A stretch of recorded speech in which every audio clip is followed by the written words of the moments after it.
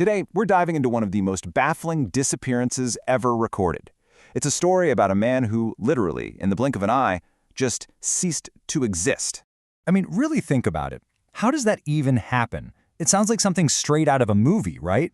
But this was real. People saw it happen, it was documented, and to this day, nobody can explain it. Okay, so let's set the scene. This didn't happen in some crowded city where you could just slip into an alleyway. Nope. This all went down right in the middle of the Sahara. We're talking a massive ocean of sand. The horizon just goes on forever. There's literally nowhere to hide.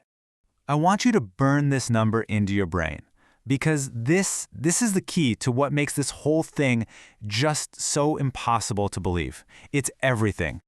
See, that's the part that makes no sense. He vanished in plain sight. You had 134 people watching him, and not one of them, not a single person, saw where he went. All right, Section 1, The Man vs. the Sahara. To even begin to understand how this could have happened, you have to get to know the location. See, the Sahara isn't just a setting for the story. It's like a character itself, and trust me, it's got its own secrets.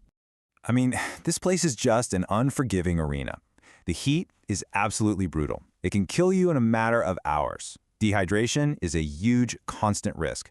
And those dunes, they go on forever, constantly shifting so you can get disoriented in no time. It's the kind of place that just swallows secrets.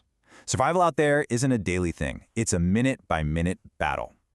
Okay, so now that we've set the stage, let's get right to it. Section 2, Gone in an Instant. We're going to break down that exact moment, the instant a man basically became a ghost. Here's the thing you have to understand. The vanishing was immediate. This wasn't a slow fade-out or him slipping behind a dune.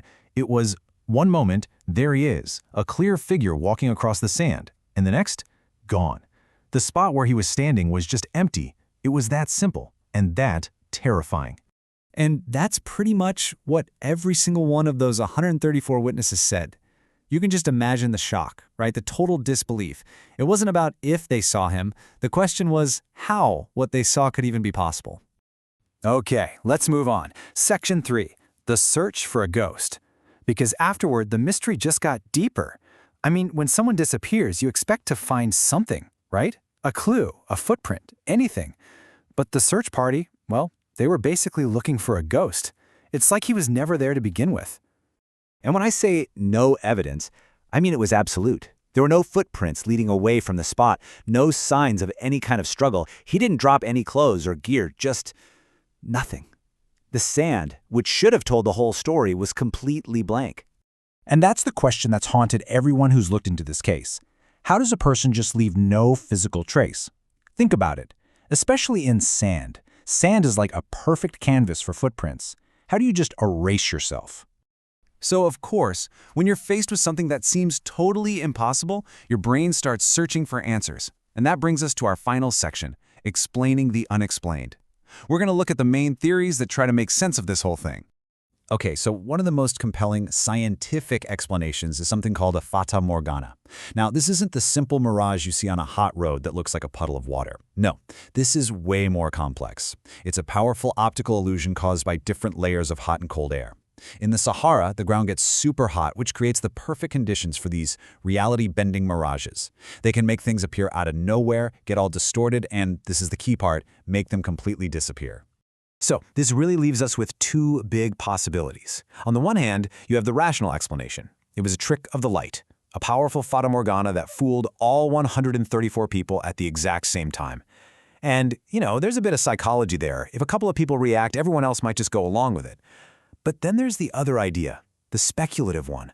Was this a trick of a different kind? A perfectly planned illusion? Maybe the greatest vanishing act of all time? Maybe that's just it. The desert, it doesn't give up its secrets easily. It's a place of extremes, and maybe the answer is just buried out there somewhere, a secret the Sahara decided to keep for itself. So, after you go through all the theories, all the searching, you always end up back at one undeniable fact. The one piece of this whole puzzle that just can't be argued. That's 134 people saw a man disappear. And yet no logical explanation has ever actually been proven. That's the takeaway here. You've got the solid testimony of a huge group of people up against a complete lack of any physical proof. It's a perfect contradiction, and it's never been solved. And that's where we have to leave it. So what do you think happened? Was it a trick of the mind, a trick of the light, or is it some secret still hidden out there in the sand? It seems like the answer vanished right along with the man.